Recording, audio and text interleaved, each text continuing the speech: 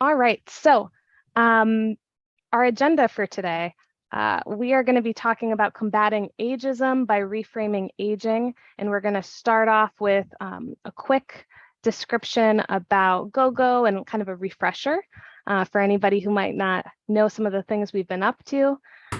Then we're going to talk about the aging landscape, and I'm going to explain a little bit more about what I mean when I say reframing. Then we're going to talk about what this means in real life. So reframing in action. We're going to share what we're doing to help combat ageism. And then we're going to have some kind of tips and tricks for you about how you can maybe support a loved one in your life, through the process of combating ageism, and also how you can advocate for yourself. So lots of stuff we're gonna talk about today. And as for your speakers, my name is Cassie. I'm the Marketing and Communications Director here at GoGo.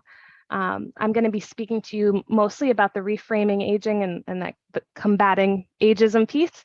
And just for context, I was one of the first people in the country to be trained in this work. So it's something I'm really passionate about and excited to share with you. Just so you know, it's usually delivered to other communicators and public policy folks, other people who are in the aging space. But I'm excited to show you the type of work that's happening behind the scenes, and also hopefully give you some tools so you can help break down stereotypes in your own life. So I promise there will be things that are relevant to you in here. And also we are joined by Justin Bogard. He is GoGo's co-founder and CEO, and he's going to share a little bit more about GoGo just to kick us off today. So go for it, Justin. Thanks, Cassie. And we are really happy to have you here and sharing this presentation. It's one that I've been looking forward to seeing for a while myself, so stoked about it. GoGo is a membership service that helps our clients get help with the basic activities of daily living. So we manage mobility, transportation, meals, groceries, shopping, medication delivery, and home services, all through one phone number. You call that number that you see on the screen, 855-464-6872. You can speak to a 24/7 team member, or you can interact with our phone system and get stuff usually cheaper and immediate. The key differentiator with GoGo is that we are bulletproof, reliable. Every time that you request something from us, it will show up guaranteed. And there's a 24/7 number that you can call, but very often we might call you. So if there's something that we need to check with you on, if a driver is a few minutes behind, if the driver is there at the location that you're getting picked up from, but maybe at the wrong entrance, we'll call you and try to broker that communication. We have over a 99% success rate with all requests that come our way. And a lot of our members appreciate that extra layer of safety, knowing that there is someone kind of watching out over whatever their service might be. We started in 2016. We've been able to grow rapidly since then. Pleased to say that we've served hundreds of thousands of people. And if you are interested in sharing GoGo with a friend, you can do so. If you're already a member of GoGo, you have a referral code. Not everyone necessarily knows about the referral code, but you can find your referral code on your receipts or by calling and speaking to a team member. If you give that referral code to a friend and they become a member of GoGo, then both of you will get $10 in credit. So it's a way for us to say thank you for spreading the word about our service. Someone earlier had asked a question about our prices, and it's normally one of the most affordable ways that you can get somewhere that you're going with a private car if you're using our mobility services. Our groceries, our meal delivery, our medication delivery is generally very affordable, comparable to maybe local cab services in your area. But with that extra assurance of knowing that there is someone there watching over the service, tailoring it to your needs, and making sure that the people that show up are able to do exactly what you're asking them for help with. So we've been really happy to see the growth there. And one of the things that we wanted to do was this Grow with GoGo series.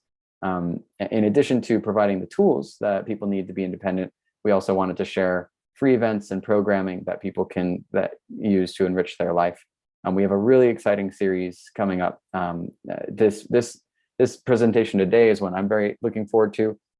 We're also doing, as you can see, we're doing cyber safety We have a poetry workshop, something a little bit more, out there. We're doing some chair yoga and strength training, some more physical courses. We have a cooking class coming up in December. So we're really excited about seeing what the community thinks of these. It's just an opportunity to try new things, learn more things, and interact with others. So I think that might be everything that I had to share. I think I'm going to pass the baton back to you, Cassie. Thanks everyone for being here. Thanks so much, Justin. Okay, so let's go. The aging landscape. Just want to explain a little bit about some of the things we know to be true, the ways our demographics are changing across the country. So the number of Americans aged 65 and older is it's projected to double from 52 million in 2018 to 95 million by 2060. So these are some huge numbers, and I'm sure we've heard people talk about this. Like sometimes it's referred to as like a silver tsunami. It's always talked about in these grave terms, really scary concepts, a tsunami of people, right? And, in addition to these numbers, we're also discovering some things about us as we age too. So now we are working longer than we ever have before. We're living longer, but the systems and the policies and the practices and especially the language, it's not keeping up. So that's what I'm going to talk to you a little bit more about today. There are so many misperceptions about aging everywhere. And, most commonly we see it in the media, commercials, magazines, movies, in our communities and neighborhoods. We see these misperceptions happen in our healthcare systems, and even in our workplaces. And, you probably don't need me to tell you that because, we're all consuming media every day, messages every day over the course of our whole lives. So I think you're, probably familiar with a lot of these perceptions that are out there. But I do want to do a little experiment. And for those of you who are comfortable using the chat feature in Zoom, I'd love to ask you just to chat in maybe 1 or 2 words that you associate with aging. And if you are joining us right now by phone and you want to come off mute and just shout out a word that you think of when you think of aging, you're very welcome to do that. I'm going to look at the chat. Decline, bald. I'm going to read these as they come through. Narrowing, no value, oof, frail, elderly, slow, walking slower. Assisted, forgetful, loss, retirement. That's a good one. Peace. Nice to see a positive word in the mix. You guys are making me nervous. Contentment. Good, yeah. Wise, elderhood. Okay. All right. Maybe another 30 seconds if anybody else wants to add their thought to this. Change of identity. About experience from the phone. Oh, experience. Absolutely. That's a fantastic one. I see in the chat. Unseen from the phone. Oh, unseen. Gosh. Yep. Dependence. All right. Oh, well, these are really good. They're heavy, right? Okay, vulnerabilities. A lot of these have, a lot of weight to them. They're negative, right? There's a lot of feelings of loss. And, there are some good things there that I'm seeing too. And that's good and important. And I appreciate you sharing how you feel about it, because there's a lot of impacts that happen as a result of how you think about aging. And so I kind of wanted to just get a read from you on the call, how you feel about it right now. And then maybe by the end of the conversation, I mean, I'm not expecting this to necessarily change how you feel about aging, but I do think it'll give us maybe some more understanding about the health implications about how we feel about aging. So here's what we know. what tends to happen to people as we age is that we prefer to keep it at a distance, right? There's a lot of, creams to prevent wrinkles, right? And all of this stuff that you can do to kind of keep it at bay. A lot of times, it's something that we think is happening to others. It's not happening to me. It's happening to my neighbor. It's happening to my family members. It's happening way over there, not here. And there's a lot of problems that come with that kind of distance that we create from aging. Instead of thinking that right now I'm aging, you're aging, we're all doing it together right now on this Zoom call. What happens when that distance is created is we see things like workforce discrimination, where people struggle to get jobs or the types of positions they want after a certain age. We see people in our communities maybe not feel they're able to contribute their ideas because, as someone mentioned just now on the call, they feel unseen. And the big one is health. And I really want to stress this because there's a lot of stuff I'm going to be sharing, and I want to make sure if you take away nothing else, that you hear this part, which is there are very real health impacts that can come out of these stereotypes. And being a little more optimistic about aging actually can lead to a longer life expectancy. So studies have shown that if you are more optimistic in life, sure, but also about your own aging process and kind of see it, embrace it, people tend to live longer, healthier lives. And we are physically healthier when we embrace it. So, why? Why is that? Well, there's a number of reasons. So if you have these negative feelings about aging or you're experiencing ageism, there's some things you might start to internalize, right? You might decide that you don't want to report something to your doctor, a health concern that you have maybe, because you're chalking it up to it being just a normal part of aging, right? The normal aging. There's no one way, right? We all know there's no one way to age, but in our society, there's this expectation that aging will always be a decline. And so you might be hesitant to talk about a health concern you have because you just are being told it's just a side effect of life, of growing older. There's also some studies that have been done that show that if you feel these negative stereotypes in your life, it sometimes leads to them being true in some ways, right? Sometimes if people, if they internalize it, maybe feel more lonely or get less physical activity, and maybe don't look at doing things that would be preventative of some decline. And then, on a interpersonal level, the issues are we might see some people be a little dismissive about your needs or abilities. And maybe now doctors are reinforcing to you that, that whatever you're experiencing is just normal aging. And then the broadest part is institutional ageism. And that's even more dangerous, right? Because now when these negative feelings about aging exist at an institutional level, that means that we have weaker age discrimination laws.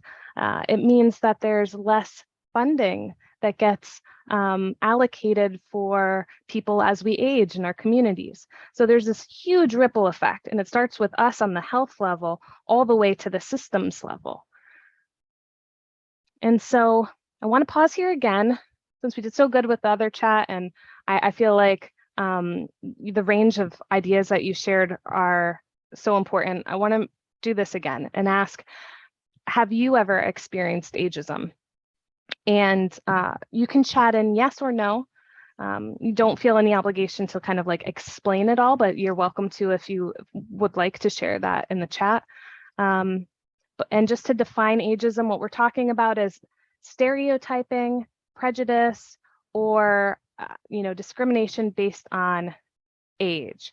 And some of the ways that might show up, in case you're wondering if you've experienced it, is things like I hear or see or have read jokes about aging or older people. I hear or see or read things that suggest that older adults are no longer attractive or desirable. Maybe people insist on helping you with things that you can do on your own, but they're assuming that maybe you have limitations based on your age. Maybe people assume that you have difficulty remembering or understanding things, even if you haven't given them any reason. So I'm just looking at the chat. I'm seeing a few yeses. Totally okay if you don't want to share more. It does look like more yeses than nos. Which is, you know, you're not alone in this experience is what I want to share first. And I'm looking at the comment and I'm seeing some things how like many younger people seem surprised at your intelligence or your memory. Birthday cards being ageist, oh my gosh, tell me about it. It's so hard to find cards that aren't slighting you, right? Or making fun of it or trivializing it. Okay, boomer is an ageist comment. It absolutely is. So yeah, it looks like a lot of people have experienced this, and you know that's consistent with the data on a national level. And so, like in a national poll, this one was conducted by the University of Michigan. More than 80% of those people polled say they commonly experience at least one form of ageism in their day-to-day lives. And I think across the board, 40% of all poll residents said they've routinely experienced 3 or more forms of ageism. And what's really upsetting about that is that the health consequence, because older adults who've experienced ageism have worse physical and mental health, statistically. All right, so this has been sad and depressing, and I don't want to linger too much on the problem because I think you all joined because you are aware it's a problem, right? And we want to tackle it. So let's get to the good stuff and to the solutions. So what is framing and what is this Frameworks Institute? Because I've mentioned them a couple times. Okay, so framing is there's a couple things. Couple things I want to mention. As I started the presentation, I said that this is usually intended for people who are policymakers, people in communications roles or in aging services. But I do think it's important for you to know about them because it's good to understand the direction language is moving in and kind of the things happening behind the scenes to help break down these stereotypes, because something that's really frustrating is when we ask of people who are experiencing discrimination to shoulder the burden of solving it in addition to experiencing it, right? That's very frustrating. And while I do have tips for how you can do it in your own life, you doing it alone isn't super helpful to you, and it's also not kind. There's a lot of work that can happen and a lot of systems things that need to happen, and your voice is a part of it, but it's many other voices in lots of different ways participating in changing how we talk about aging, because it's universal. It's something we're all going to do, and you know, it's important that we have healthier conversations about it and break down these stereotypes that are really unhelpful, right? So what is a frame? The way I look at it is framing is everything. Framing is what we say, it's how we say it, it's what we don't say. That's a big one, like what we choose to emphasize and what also we leave out of the conversation. So we're kind of showing just the view that we want to share. And we can see in our lives how some of these frames have limited us. And so what the Framework Institute is, Frameworks itself, they're a nonprofit think tank that their job is to have these types of conversations and figure out ways and tools to dismantle some things like everything from mental health stigma, discrimination of all kinds, including ageism. And so they were tasked with with reframing social issues around aging. And they did all of this research, so much research. They were funded by all of these partners, and I have a slide at the end if you're curious about who was involved with this. But they did all this research, and they discovered what the public thinks about aging, and then what different messages would make a difference. And they interviewed and surveyed over 12,000 people, and this is what they learned. They learned that our minds are not empty fish bowls. That's how they describe it. That, our brains are complicated things. And there are so many cultural models, little shortcuts in our brains already swimming in our heads, right? Whenever we talk to anyone, they already have a whole universe in their minds of expectations, examples of aging, media they've consumed. There's so much going on. And when we're talking to people about aging, we have a lot of this noise that we need to cut through to make our point. And so for those joining on the phone, I want to describe a little of this slide and kind of set the scene. The way Frameworks describes our minds is a swamp. And in a swamp, there's a lot of good things and healthy things happening, right? There's orchids, there's like some beautiful vegetation, but then there's also some not great things in swamps. And so just imagine like a lot of vegetation, a lot of kind of murkiness, and that's how they describe our brains for everything, but especially for cultural models about aging. And so I'm going to read through a couple of these and just touch on a few of them. My hope is that this is going to give you some names to things you probably see all the time. So one I want to call out is this idea of us versus them. And this goes back to what I was saying about the way that we like to keep aging at an arm's length. It's happening over there. It's happening to people. It's not happening to me, it's happening to them. And it's very othering. It makes people feel like it makes it sound like aging is happening to a very specific group, and it's contained, and they all share the same beliefs, and it's a monolithic group, and they're over there, and it doesn't impact me. And that's really unfortunate. And part of the reason why I'm so passionate about this work is that my hope is that as I age, the world is a little bit kinder to the whole process and just a little more holistic. It's obviously not to say everything about aging is roses, right? There's a lot of difficulty that comes with aging, but the same is true for our lives, right? We all live different lives. We have different things that impact our lives, different social constructs, our contexts, our language barriers, all sorts of things. Aging is no different, and yet we sometimes pretend like it is. There's also this idea that if you care about one issue, you're not holding space for other issues. This happens a lot. People will say, well, aging and ageism, that's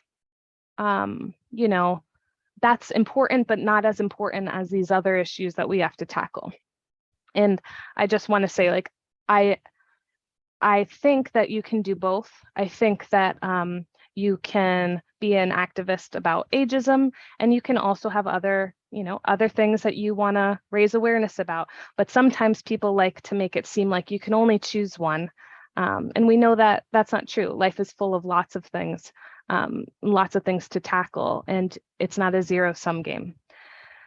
Another cultural model, this one really gets me. It's so confusing, and I bet you guys have seen this too. But like, we're a culture of extremes, and we have contradictory views all the time, especially in the United States, right? We hold a lot of things to be true at the exact same time. So in the case of aging, on one hand, we have this vision of what it's like to retire, and we've seen the commercials for it, and we've been sold like this magical, almost fantasy about what retirement will look like. It's, you're active, you're healthy, you have money, you're able to go on cruises, you are self-sufficient, right? So there's that view. You're on the golf course kind of view. But then we also at the same time hold this belief that this time is also one of dependency and frailty and deterioration. But both things exist in our culture. We see the commercials for one, and we also see commercials for the other. And both perspectives are too extreme, and they don't really reflect the average person's life, which is a little mix of both usually, right? There's beautiful things that come with age, like perspective and wisdom and experience. And then there are some realities about things being maybe a little bit different than they were when you're younger. But it's usually not as extreme as these two models that we talk about. And then the other one I want to touch on is individualism.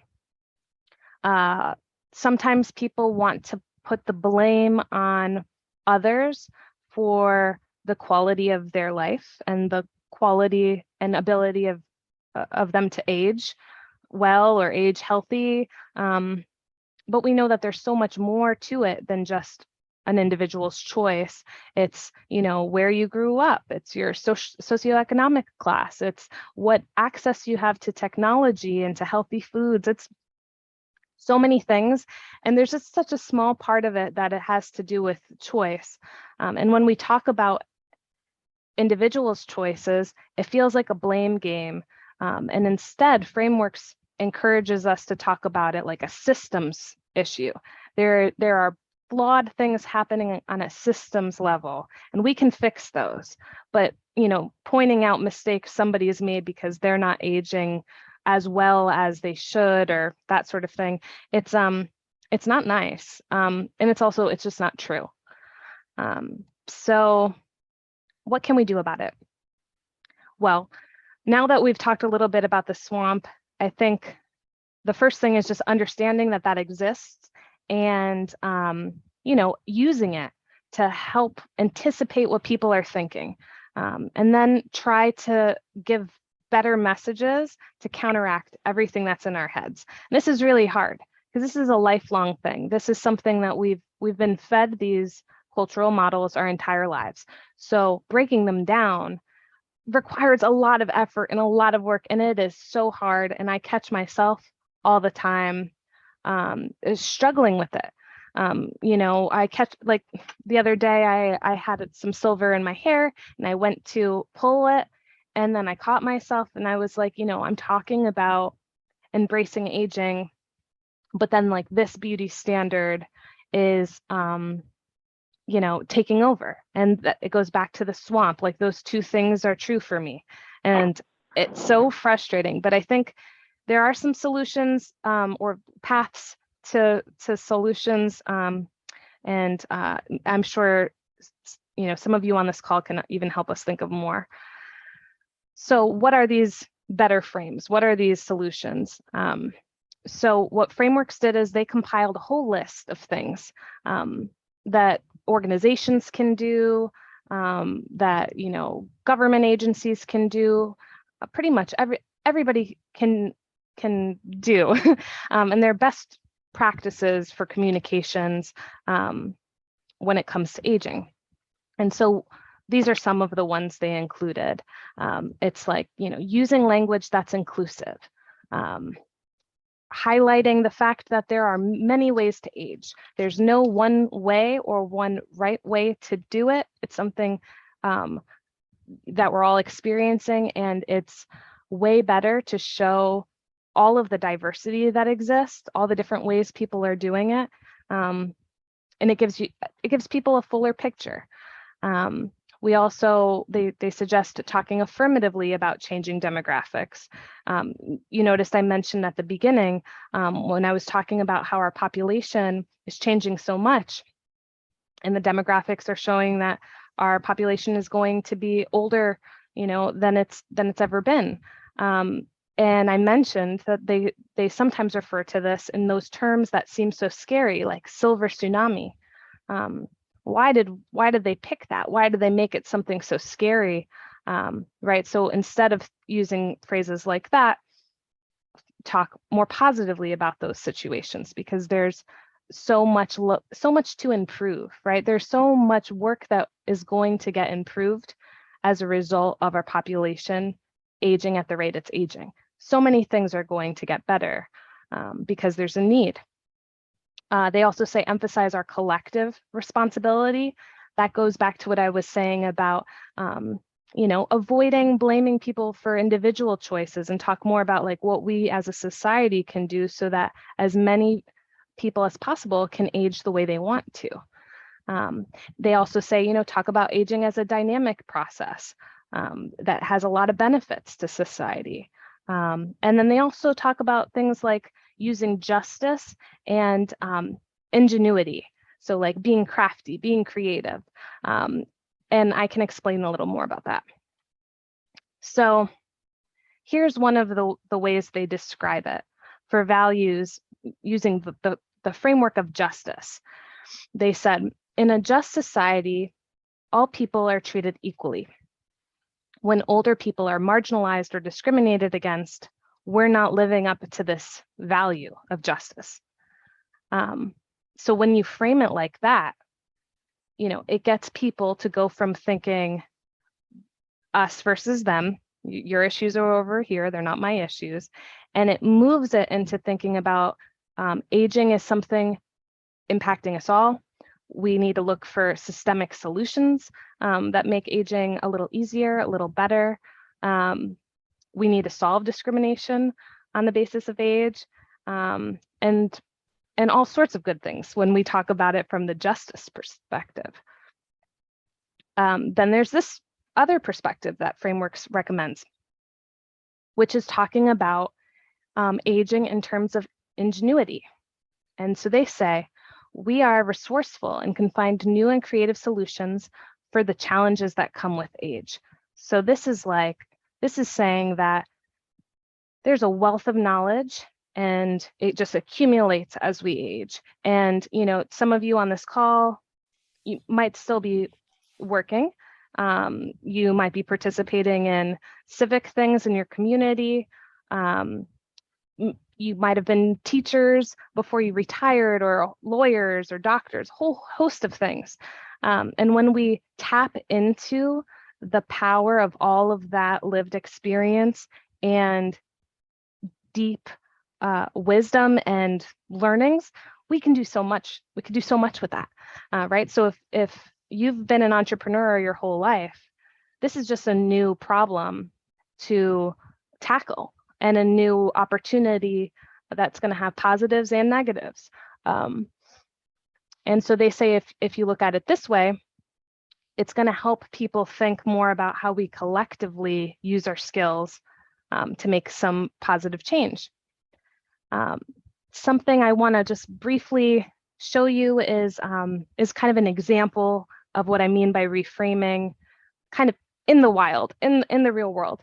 So this is a real example of reframing in advertisements.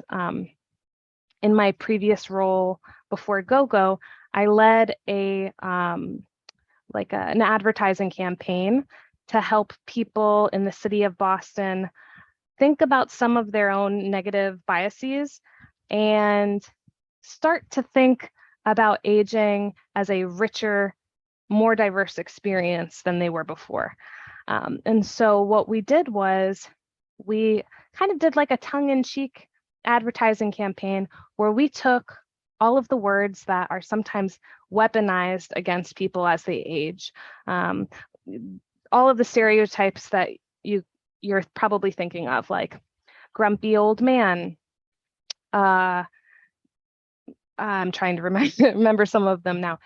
Senile, being kind of like unfashionable or frumpy. These types of words, right, that are like very negative but pervasive. So what we did was we found real people in the community who were the exact opposite of those stereotypes. And so what we did was we put that negative word at the top of the posters. This was on buses and on the subway system and all over, everywhere we could put it. And it showed the story and the real person that countered that negative word. So for those on the call, I'll just read a couple so you understand what I'm talking about. But there's a picture of this older man. He has a beautiful white beard. He's laughing, he's smiling, and he has a huge word over his head that says cranky. And that does not, he doesn't look cranky, and that's the whole point. And so the text says, I love my family and I'm the life of every party. I volunteer to help others with the city of Boston. I'm a lot of things and cranky isn't one of them. Another one was childish. Sometimes we find that people, as they get older, get infantilized, right? They get started being treated like they can't make their own decisions. And so we put childish over this one poster of this man, and it says, I'm a business owner, gardener, and chef. I've been cooking up Mexican food at my restaurant for more than 45 years. I'm a lot of things, and childish isn't one of them. All the way over to senile, which is like, such a terrible, these are all terrible, but that one is really bugs me. And it shows this woman, Irene, she's actually just turned 105, and her text says, you think I'm out of touch? Whatever. I use a smartphone, I paint every day, I play Sudoku on my tablet, and I spend time with my boyfriend. I'm a lot of things, and senile isn't one of them. So you can see that's like kind of playing with our values. It's poking a little bit at some biases that people might have. And the cool part is using these new frames and these new ways of talking actually work. So frameworks, after they did all of this testing, wanted to see after the surveys and interviews, were these new frames of reference and ways of thinking about aging making a difference in terms of all the things we talked about, our attitudes, our biases, and they found that they did. So there was an increase in policy support, it changed attitudes, and it decreased biases in the people that they surveyed. So what's GoGo doing? We talked a little bit about what is reframing, all of this kind of cultural model things in our brain, showed a little bit about what frameworks is suggesting we do. And now, what are we doing as a company? And then I'm going to share some things that you can do. So what is GoGo doing to reframe aging? So there's a number of things that we're doing, and this list isn't exhaustive, and it's always changing. So as we can find more opportunities to tell a fuller story about aging and to tell a fuller story about our customers, there's always going to be more work to be done, and this list is going to keep growing. But for now, we reframe aging in press and media opportunities with reporters. Sometimes people reach out to us and we can tell just by their questions that they're being a little exclusive, and they're othering maybe our customers or older adults, they're using a lot of them language. Again, it's not happening to them. It's not happening to the reporter. Aging is happening to everybody else. So we try to make sure that everything we're saying to the reporter is trying to move the conversation a little bit, move the needle a little bit, and maybe correct them a little bit. We also train our operators. So when you call GoGo and you speak to our operators, they all have experience about how to use inclusive language. And they're all lovely people. So I hope you'll call and speak with them. We also care a lot about finding partners that help advance our shared goals and finding like-minded partners so that people can live and age independently on their own terms. A big thing is that we're always listening to customers' ideas. And in fact, GoGo, the idea for GoGo came from Justin's grandmother.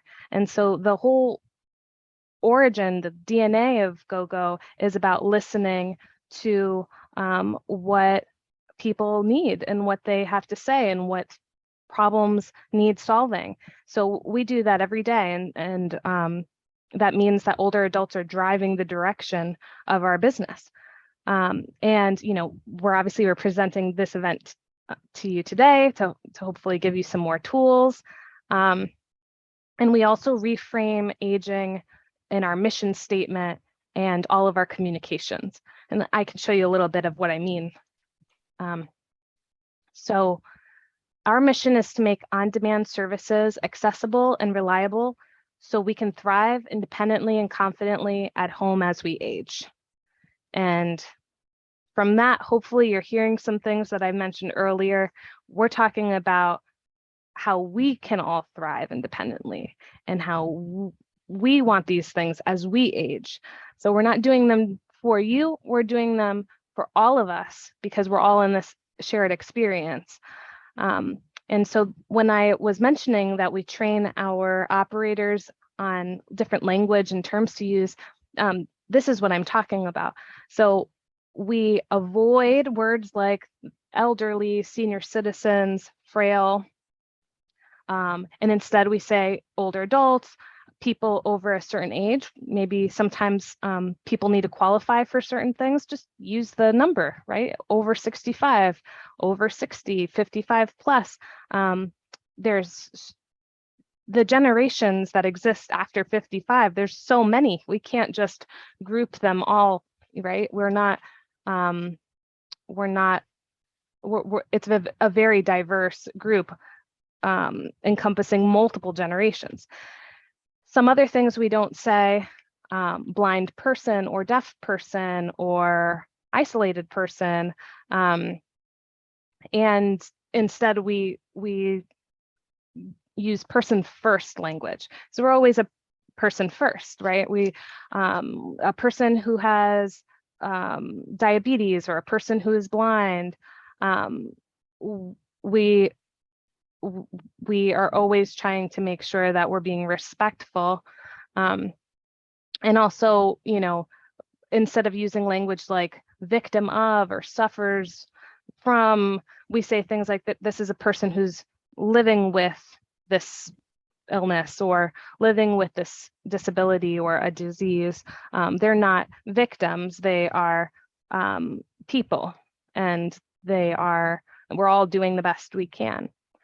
And then, it's not just words, it's also images like I showed you before with that other campaign.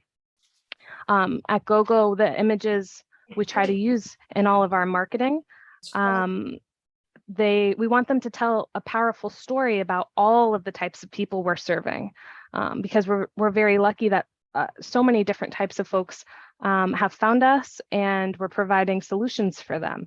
So we want to choose images that show customers with a range of experiences and abilities and life stages living full lives. And so we make sure we're looking at everything from, are we showing images of people of different races, of different abilities, even, different ages? Because as I said, people from 55 to 105, that's a huge group. So that's just a little bit of an explanation about what we're thinking about with our images. And then, probably one of the most important parts is what you and your loved ones can do. And so I put a couple of scenarios for you all to kind of help imagine how you might use, how you might be able to use some of what we learned today in your life, in real settings and scenarios. So what you can do at the doctor's to reframe aging. Just some tips. Come prepared with notes, maybe dates of certain incidents or health concerns, and ask your doctors pointed questions about things that you maybe are nervous about, and push back if you feel like they're not listening. I recommend getting second opinions and, insisting on tests if it's something that you feel strongly about, because often we see in healthcare that certain diseases or things could have been prevented, but sometimes they get chalked up to just being a natural part of aging. But there's so much we can do to, in preventative care to make sure that, yes, we're aging, but we want to live long lives, long, healthy lives. And, consider if you have the right team around you. I'm going to take a little sip. I have a tickle. That was not a sip. That was a gulp. It's okay if you don't have the right fit with your doctor. You just need to find a new one, right? You can assemble a team that's respectful of your needs. Okay, so another thing. What can you do at your workplace or your volunteer site? So if you hear language around you that is sort of doing that thing I said where it's putting aging far away, something separate, you can say, you call it out, say we're all aging and we're in this together. And it's kind of cutesy, but I do think it helps people like pause and understand. You could recommend to your employer or your volunteer site that they should hire more diverse people so that there's a range of experiences and ages and backgrounds, which will be helpful. Point out if someone is making assumptions about your hearing or your vision or your use of technology. People will often tell you what their needs are if they have them. And we shouldn't assume. And obviously know your rights. If you feel targeted or discriminated at work, you should be reporting it. And there's some ways to do that. There's an organization called Workplace Fairness, and they have some steps you can take if you feel like that's a direction you need to go in. And then, what can you do at the grassroots level? I'm trying really hard to show as many ways that you can apply this, but I'm sure there's 100 other ways. So you could participate in local civic association meetings, maybe committee meetings on issues you care about, and bring your friends. And just like with the doctor, prepare your notes ahead of time, and think through what would make aging in your community better and easier. I put some examples here about what you might suggest. You might advocate for longer pedestrian crosswalk times, right? That would be helpful. Maybe age-friendly businesses in your community that are making sure that they're printing their menus in large print, or they have wide doorways so that people who might use assistive devices or a wheelchair can enjoy the restaurant too. And these last 2 points I think are really cool. and helpful, but make the case that when we improve our communities with both 8-year-olds and 80-year-olds in mind, every single person in between benefits, right? There's no choice that you would make for an 8-year-old that a 15-year-old, a 30-year-old, and a 60-year-old and a 40-year-old wouldn't appreciate. Things like, advocating for speed limits and speed bumps and things that protect our streets. I didn't come up with this idea of the 8 to 80-year-old. It's a thing, but I do think it's helpful to explain to people that if you help support ages on both sides of the spectrum, there's no loss. Everyone benefits from it. And then, pointing out to policymakers when they say things like, oftentimes we'll hear people refer to services for young people as investments. Good school system, all of these things, they're investments in our community. And then we hear things like programs for older adults as costs. And you can see there's a frame there. One is an investment and one is a cost. And why is that? Why aren't both investments?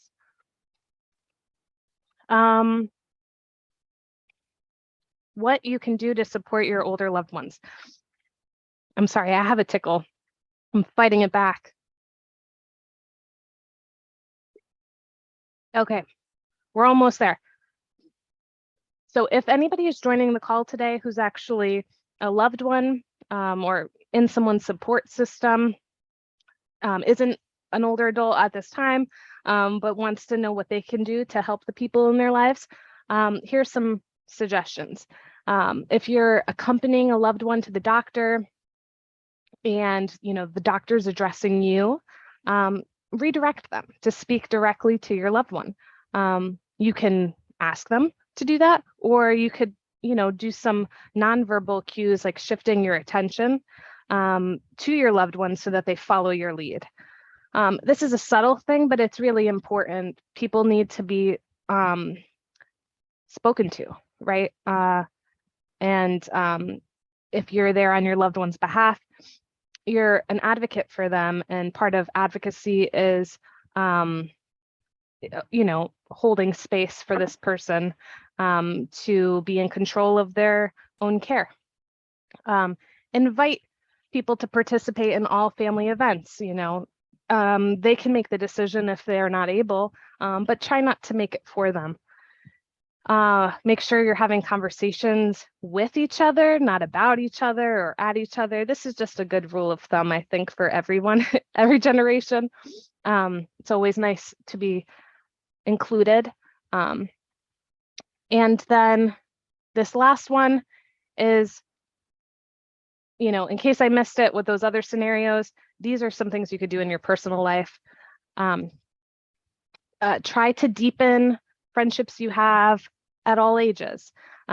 Maybe you have grandchildren, maybe you at a volunteer site, or maybe you're doing lifelong learning classes, you have the opportunity to meet some people of different ages. Make intergenerational friendships. Some of my best friends and the people I've learned so much from have been people at wildly different ages from me. And I think it helps so much to have real conversations and experiences across generations. Think through your own biases about aging. Hopefully after today, you might rethink some of the things, the ways you feel about aging. If for nothing else, then because it has great health impacts on your life. Point out ageism when you see it in a commercial or a newspaper. You can maybe even write a letter to your editor, to the editor of the paper, to say, I saw this and I didn't jive with it. I didn't like that. And explain to them, hey, these are some stereotypes that you really shouldn't be putting out there. I think it's important. Maybe make a list of what you've gained with age, because there's so much right? Like patient, I'm not the same person I was 10 years ago. Are you more assertive? Are you more patient? Think about all of those things. And then, embrace your own aging, because I think modeling it for others is such a great way to break down stereotypes. And like in the case of my mom, she's gone all silver now. And I do think about that when I was pulling those silver hairs, that, if I think my mother's beautiful, why don't I feel that way about my own silver hair? And then, just want to leave it with, I know we're at time. I so appreciate everyone still sticking around. But I just want to leave it with this quote, which I think sums up a lot of what Frameworks is trying to do, which is, at the heart of of their effort. And it says, watch your thoughts, they become your words. Watch your words, they become your actions. Watch your actions, they become your habits. Watch your habits, they become your character. Watch your character, it becomes your destiny.